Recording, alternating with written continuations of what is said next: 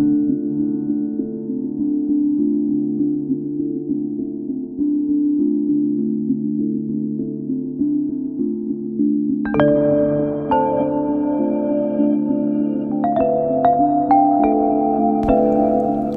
আলাইকুম। পঞ্চগড় সিরিজের শেষ পর্বে আজ আমরা দেখাবো তেতুলিয়া থেকে কাঞ্চনজঙ্ঘা, যদি ভাগ্য সহায় হয়। আরও থাকছে তেতুলিয়ার ডাকবাংলো, সমতল ভূমির চা বাগান এবং সব শেষে থাকছে ভিতরগড়। আসসালামু আলাইকুম। এখন বাজে ভোর 4:30। আজ পঞ্চগড়ের ডে 2। সো আমরা এখন রওনা হব কাঞ্চনজঙ্ঘার উদ্দেশ্যে। আমরা গতকালকে যে গাড়িটি রিজার্ভ করেছিলাম সেটি মনে হয় চলে আসছে। সো ফজর আজানে দিলেই আমরা নামাজ পড়ে রওনা হয়ে যাব। সো দেখা হচ্ছে কাঞ্চনজঙ্ঘার পথে। এই যে গাড়িটি দেখতে পাচ্ছেন, এটাকে পঞ্চগড়ে পাগলো বলা হয়, যা বরিশাল এবং সাজেকে গেলে এটাই মহেন্দ্র নামে পরিচিত। এতে 6 থেকে 7 জন বসতে পারে। এই গাড়িটি আমরা ভোর থেকে দুপুর 2টা পর্যন্ত 1200 টাকা রিজার্ভ করেছিলাম। আমরা এশিয়ান হাইওয়ে ধরে বাংলাবান্ধা থেকে ছুটে চলছিলাম, আর পথ ধরে ধরে যেতে যেতে মনে হলো আমরা যেন রাতের চাঁদটাকে পিছনে পিছনে তাড়া করে চলছি। এভাবে কুয়াশায় মোড়ানো রাস্তা দিয়ে আমরা পৌঁছে গেলাম বাংলাবান্ধা 0 পয়েন্টে।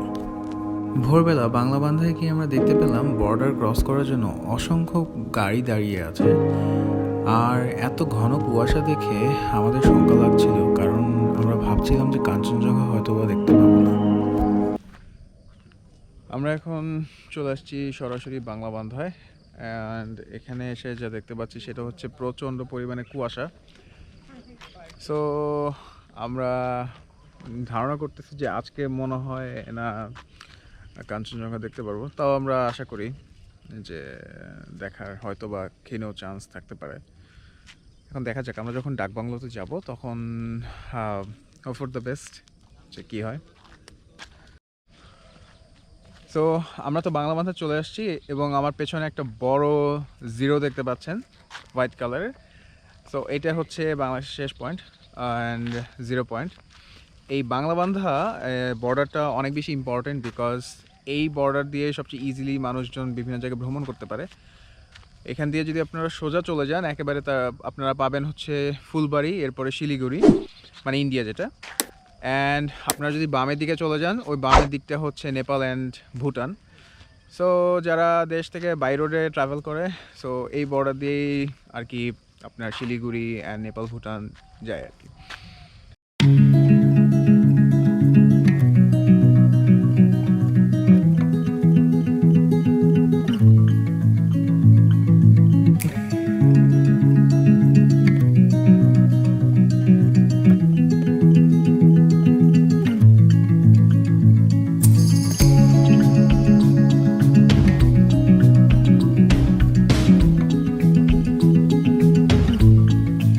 আমরা বাংলাবান্ধা থেকে তেতুলিয়া ডাকবাংলোর দিকে চলতে শুরু করলাম।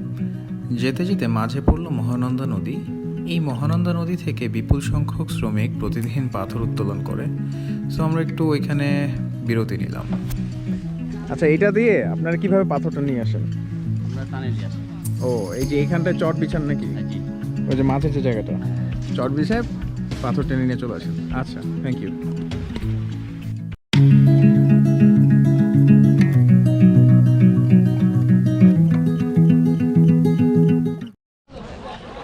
সো আপনারা দেখতে পাচ্ছেন যে আমি মহানন্দা নদীর এখানে চলে আসছি, আর এখানে প্রচুর পরিমাণে পাথর উত্তোলন করা হচ্ছে। আর পঞ্চগড়টা হচ্ছে বিখ্যাত পাথরের জন্য। এখান থেকে বলা যায় যে পুরো দেশে পাথর উত্তোলন করা হয়। এখানকার পাথর এবং মাটির জন্য এখানকার পানির একটা আলাদা টেস্ট আছে আর কি। তো ওই যে ওই দিকটা সবুজ, ওইখানে একটা কাঁটাতারের ব্যারিকেড আছে, ওই দিকটা আর কি ইন্ডিয়া। তো এইখানে আর কি সেজন্য ড্রোন ফ্লাই করা যাচ্ছে না, আর পুরোটা জায়গা জুড়ে আর কি পাথর উত্তোলনের কাজ চলতেছে।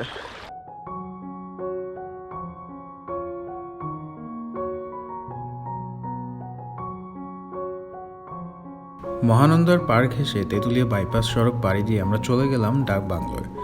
ডাকবাংলো গিয়ে দেখলাম কুয়াশা আস্তে আস্তে কাটতে শুরু করেছে। আমরা এখন চলে আসি ডাকবাংলোতে, দেখতে পাচ্ছেন।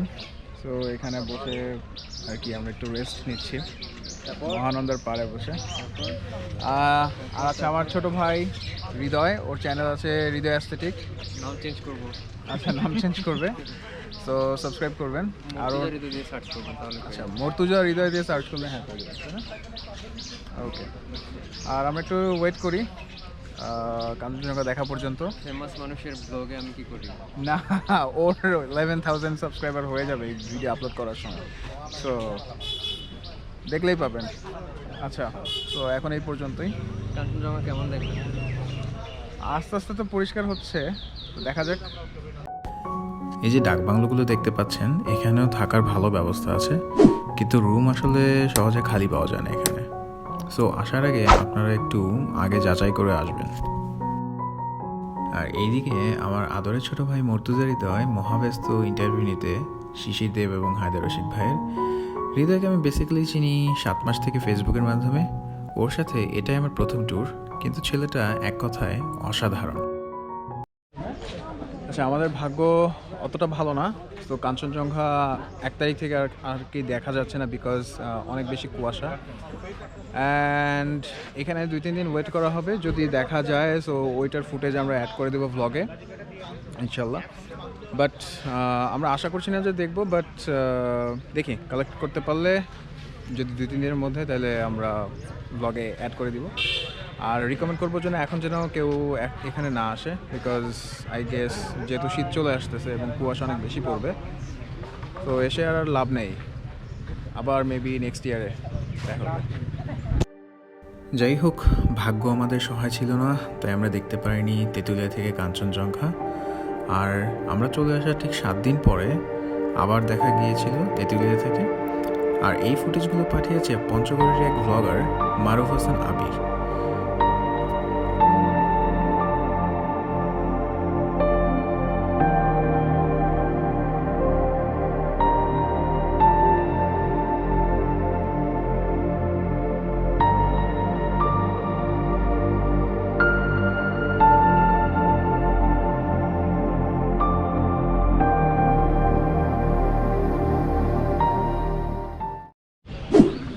দর্শক বন্ধুরা, আমার পেছনে যে তেঁতুল গাছটি দেখতে পাচ্ছেন, এটি অনেক পুরনো একটা তেঁতুল গাছ। এটি আমি কথা বলে জানতে পারলাম যে প্রায় 300 থেকে 400 বছর আগের একটা গাছ। আর এই গাছটির নাম অনুসারেই এই জায়গাটার নাম হয়েছে তেতুলিয়া।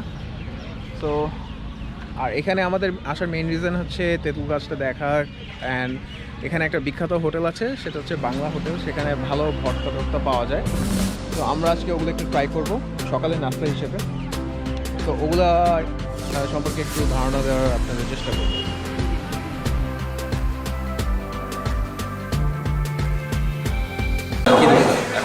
এখন কি আছে আপনাদের? এখন বাদাম ভর্তা আছে, ডাল আছে, আলু ভর্তা আছে, মরিচ ভর্তা আছে, শাক আছে, কচু আছে।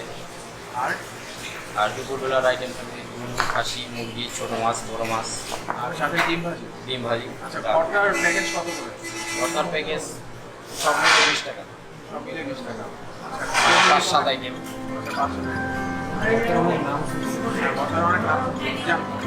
আচ্ছা,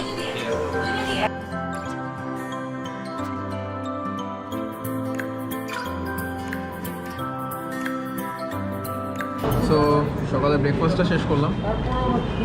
আর ব্রেকফাস্টের ব্যাপারে বলতে গেলে হচ্ছে ওটা মোটামুটি ভালো ছিল, বাট আইটেমটা আই গেস একটু কম ছিল। যে ভর্তা যে আর একটু বেশি হইলে ভালো হইতো, মানে আরও 3-4টা আইটেম বেশি হইলে ভালো হইতো।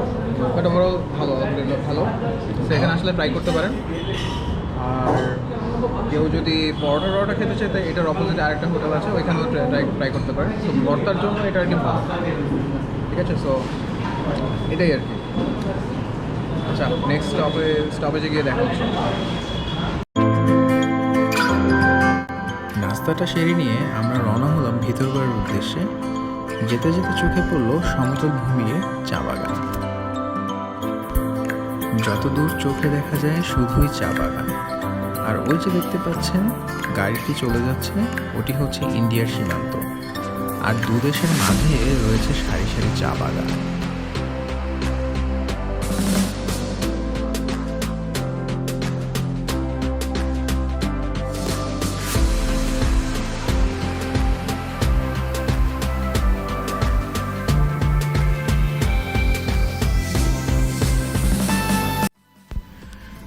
গ্রামের পর গ্রাম আমরা পেরিয়ে চললাম ভিতরগড়ের উদ্দেশ্যে।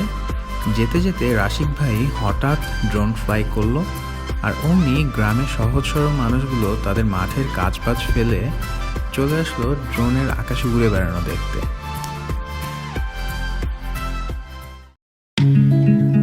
অতঃপর আমরা চলে এলাম আমাদের শেষ গন্তব্য ভিতরগড়ে।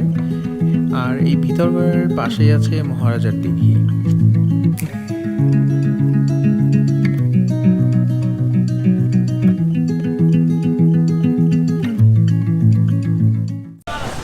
আমরা এখন চলে আসছি ভিতরগড়ে।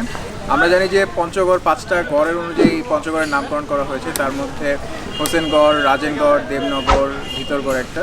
তো সবগুলোর মধ্যে ভিতরগড় হচ্ছে এখন অক্ষত অবস্থায় আছে, এবং ভিতরগড়ের সাথে মহারাজার দিঘি রয়েছে।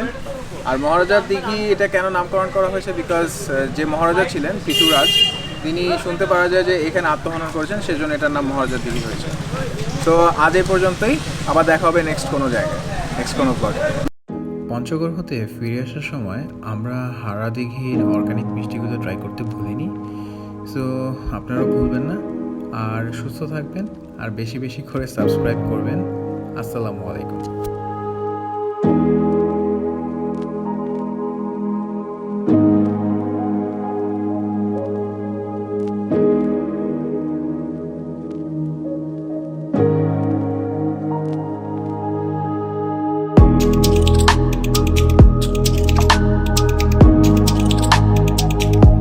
হাই দিব নাকি কিছু করতে হবে?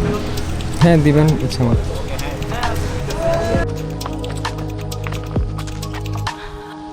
আর একটু জোরে লাভ দিতে হবে উঁচুতে। আমি অর্ডার দিব, তারপর নিয়ে আসবেন। বুঝছেন নাই? হাতটা আমার যাবে না তো দূর। আচ্ছা আবার নেই।